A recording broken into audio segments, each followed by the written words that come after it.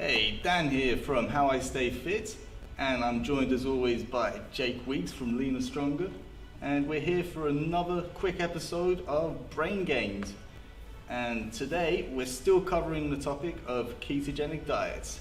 Right, Jake? Yeah, we're going to discuss more so what's actually quite good about them. Probably something you don't hear too often. Because it does get slammed by most people, but there are some benefits to it. Yeah, well, people do see results, right? Yeah. I mean, some people will complain, but then you hear people say, "Oh, I followed Atkins, which is a ketogenic diet," and they're like, "Oh, I lost so much weight," because often with a ketogenic diet, you will see an initial large weight loss, and that is because your body is flushing out water, and you are flushing out the carbohydrates that you store in your muscles as glycogen.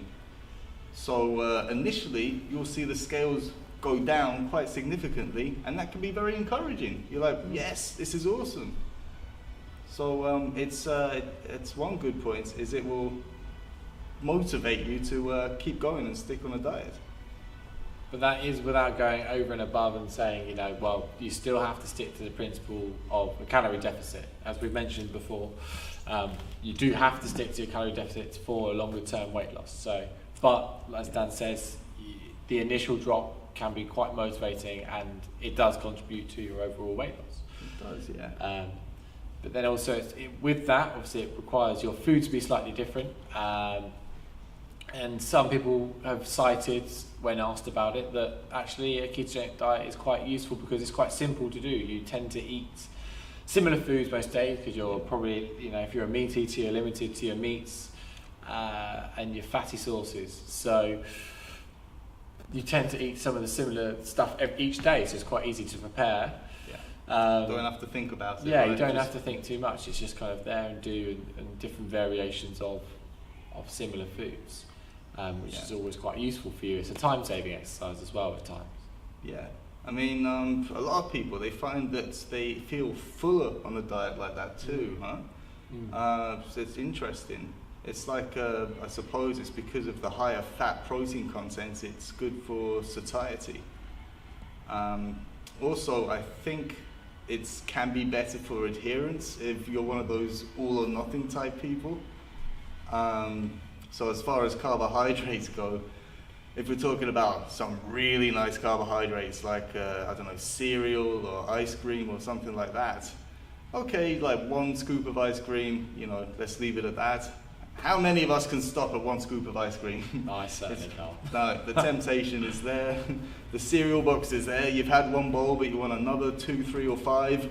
So if you're an all or nothing type person, sometimes it's better just to cut it out completely, and that's why keto could be good. You know some good science as well around what ketogenic can do for those with type 2 diabetes, for example, don't you? Yeah, type 2 diabetes, generally they would have to be injecting insulin every time they consume a meal with carbohydrates. So it almost makes sense, okay, if you're going to have to keep injecting insulin every time you have carbs, how about we just don't have carbs? So for a type 2 diabetic, a ketogenic diet could be a good thing to make their life a bit simpler every day than having to keep injecting yourself. Also, people who aren't diabetic, but they could be borderline pre-diabetic or have beginning to develop insulin resistance. Basically, it means that when they're eating carbohydrates, their blood sugar is staying elevated, which it shouldn't be doing. That can begin to get dangerous. So they find that by going on a ketogenic diet, maybe just temporarily, once they go back to having carbs again, the body is better able to use those carbs. So it finds that it's using the carbs for what they're meant to be used for. Yeah, nice, good.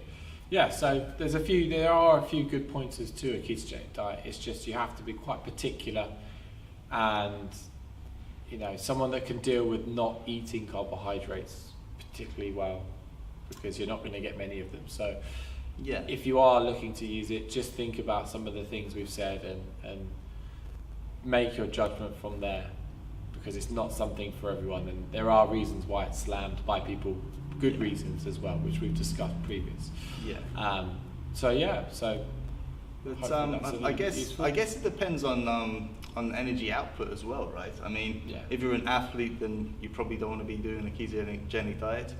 If you are quite sedentary, you're at a computer all day long and you don't work out, then maybe it could be good for you, huh? Yeah, and there might be some people that are sat there thinking, surely eating more fat will make you fat, but actually that's a common myth, and that's a tale. Essentially, just like the weight loss, if you're looking to lose weight, you have to be in a calorie deficit. If you're going to get fat and put on weight, so to say, then you need to be in a calorie excess surplus. Eating too many calories. Okay, now obviously if you're a sedentary individual, then not moving your calorie intake is going to need to be low anyway, because you're not expending much. But for athletes and things like that, then they might need a higher intake to put on weight, for example. Absolutely. Cool.